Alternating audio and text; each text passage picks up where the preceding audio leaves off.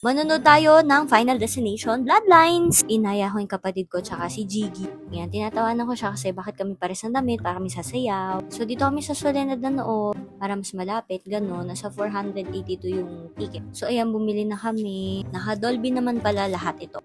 May free na popcorn. Napansin ko masarap ang popcorn sa Ayala Mall. Man. OOTD.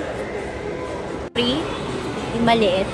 Pero masarap yung popcorn nila. Pinaghahalo ko yung cheddar, sour cream. O kaya ito, barbecue sour cream. So tapos sa bumili ng ticket, punta sa EO para bumili ng pan-solution sa contact. Okay, no pizza. Maanghang? Hindi ba to banana? Banana tayo. Tapos chocolate. Nabudol tayo ng lipstick. Ito yung binili natin. Mura lang, 149. Bumili kami ng sour octopus. Tap. Bili kami yung potato corner.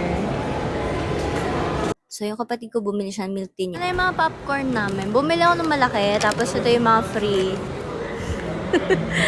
Excited ka na? Hindi yun sana yung manot ng ano yung mga Pag may ganon. matay ako, tawag ka na ambulansya.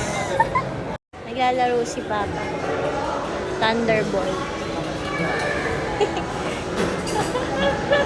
Kung mahilig kayo sa mga ganitong movie, panoorin nyo to. Ang ganda.